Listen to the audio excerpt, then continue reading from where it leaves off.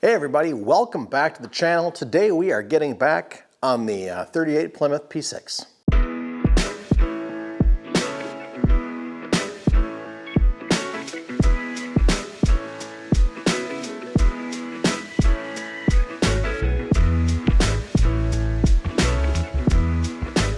That is right, we're up here still in the garage. The weather is getting better, but it's still middle of April and not nice enough outside to bring the car up here to the garage to finish welding. Without getting the whole area I want to weld on full of mud. So she's going to sit down there in the garage, and in the meantime I brought up a bunch of panels and parts that we can work on getting prepped. So off camera over here I have the hood pieces, all those hood skirts to get sanded down, primed, filled, and ready for paint. We have, what else is over there?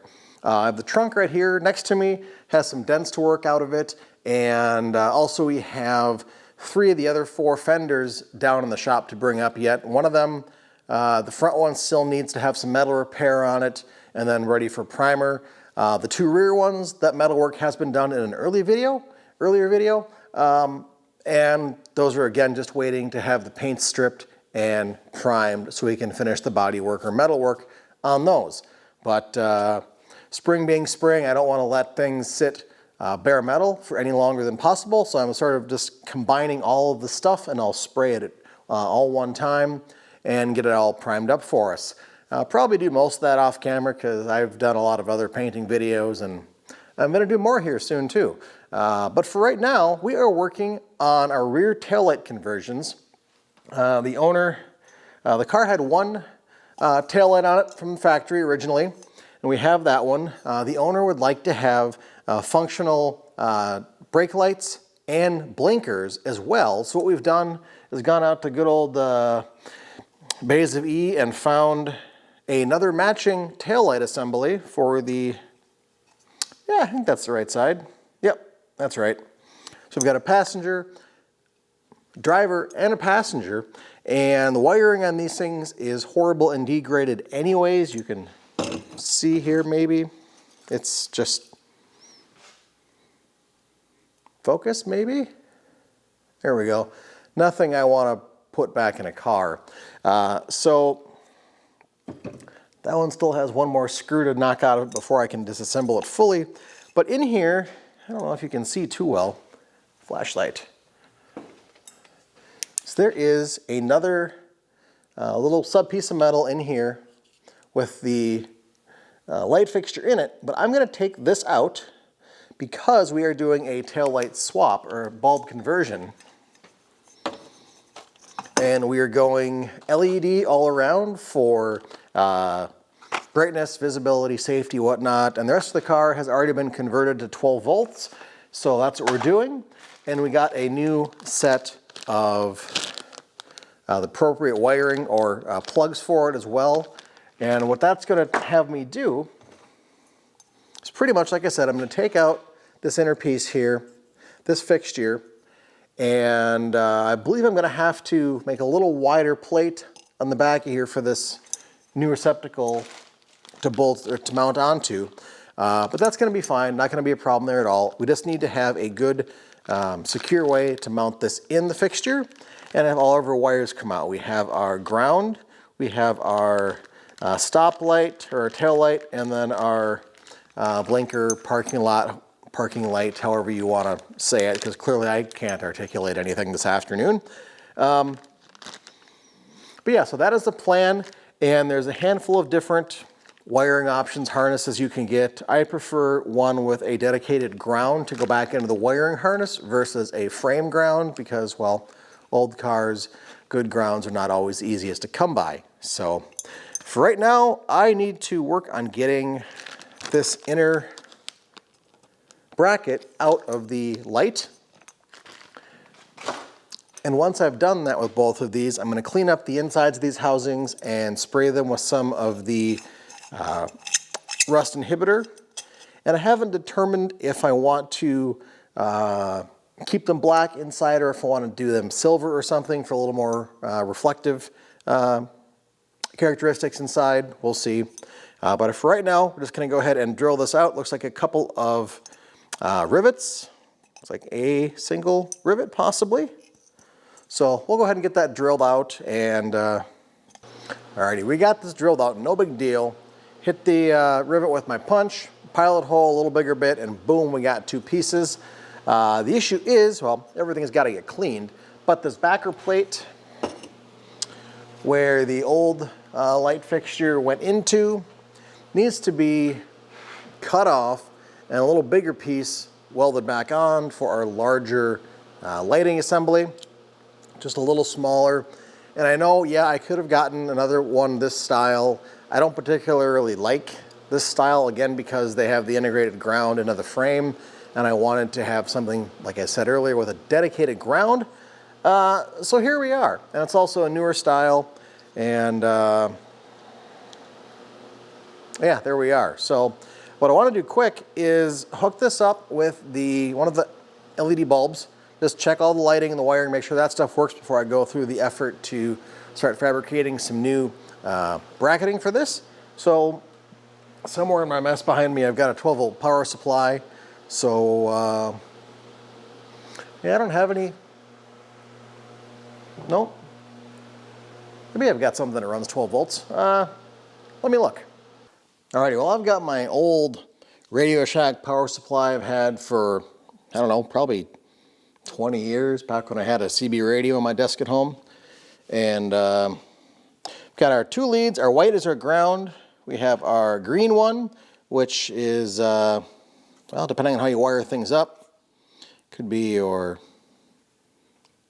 brake light, turn signal, whatever. That's bright. We have a red one, which is, oh, blindingly bright. So that works. Now, typically you will have turn signal is going to be an amber or something. All we have to work with here is red. So red is going to be our brake light, our parking lamps, or nighttime tail lights, whatever, and then also your blinker. So everything is going to be encased in the same fixture here. Everything is going to be red. That's just how we're going to roll. Backup light, not sure how we're going to figure that out yet, because it's got to get tied into the gearbox or the transmission. So talk to the owner, see what he wants to do for that. Otherwise, the trunk does have a white license plate light, so maybe we'll incorporate something into that. I just don't know that far ahead yet. But we know that our fixtures are going to work, our lights are going to work, and top of my head's cut off. That we know.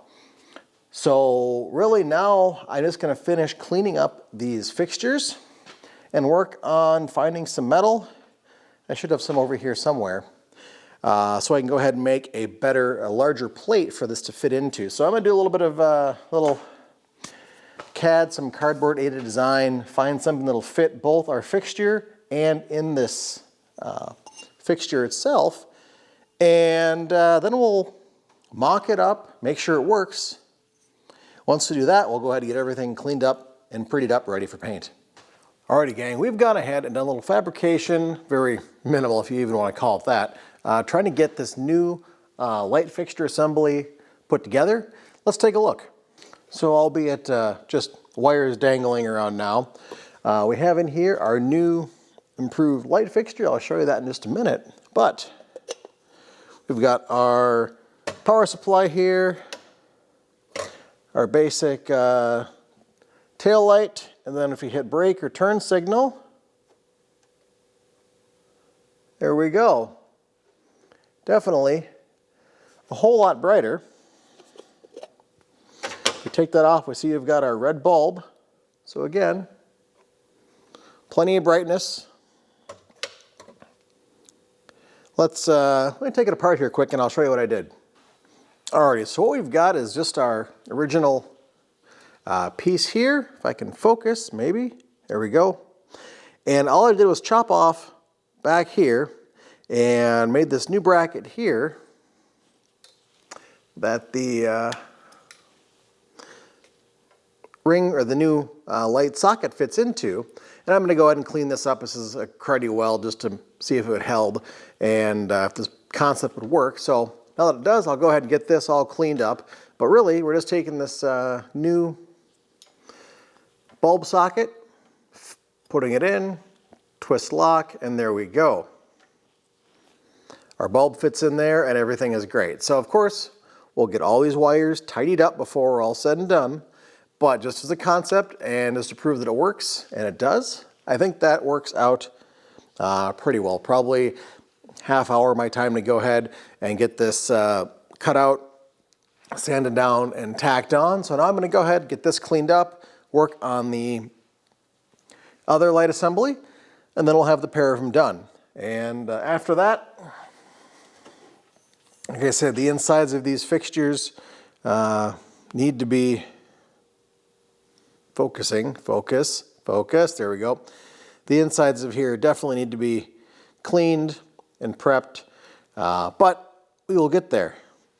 But for right now, this proof of concept looks like it's going to work for us. So I'll go ahead, replicate that, and clean up this mess behind me, because apparently messes follow me wherever I go. So, alright, so we're back. It's been a couple of weeks for me since we were working on those headlights, and I kind of took a direction, a hard left, and instead of working on more of the panels and stripping those down, getting them ready for paint, I decided to bring the car up here. Weather was favorable for a day. I'm like, let's just bring it up here and deal with it and get this done. So I started this last fall, if you remember, working on reconstructing this fender area quarter panel that had been crushed in down here behind me.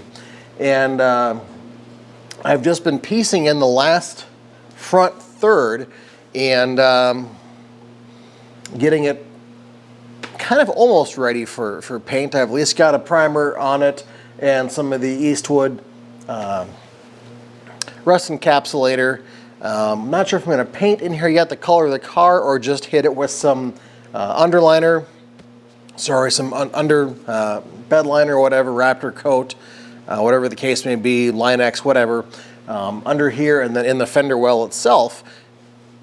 But here's where I am. You can see I've got all of our hardware in, and let's move you around a little bit. So you can see the welds are not perfect, you know, they're not ground perfectly smooth.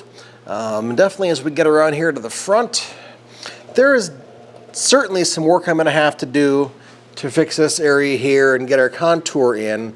But at least I have the rest of the metal structure in here, and this is now solid.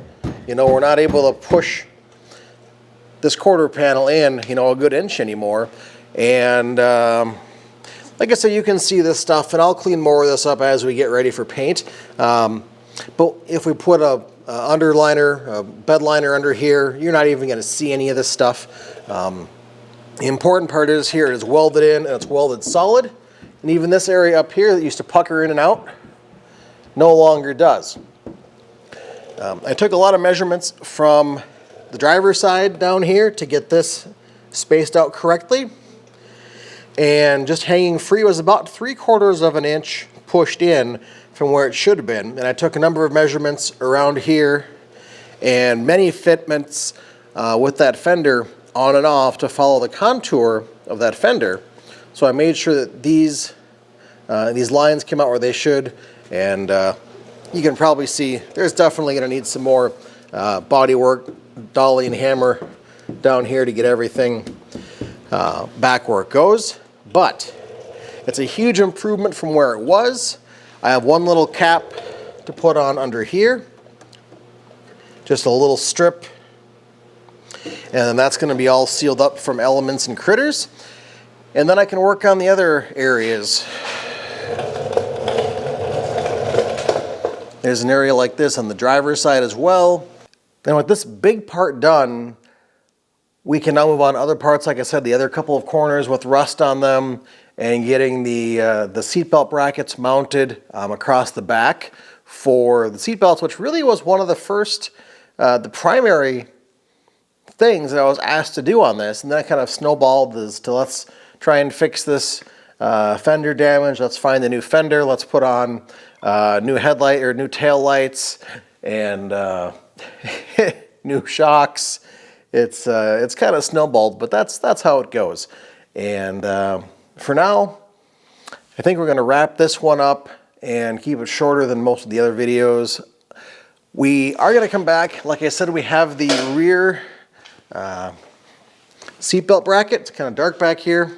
So we've got our rear seatbelt bracket, and the owner's already gone ahead and put sound deadening material in here. So I've got to go and find where the screws are that hold this back plate on. There's some here, there's one up here, and see if I can remove this so I can put a crossbar in and weld that onto the structure to allow us to have the seatbelt brackets. And also we have this piece needs to come out. I have the replacement for it over here in the Cushman.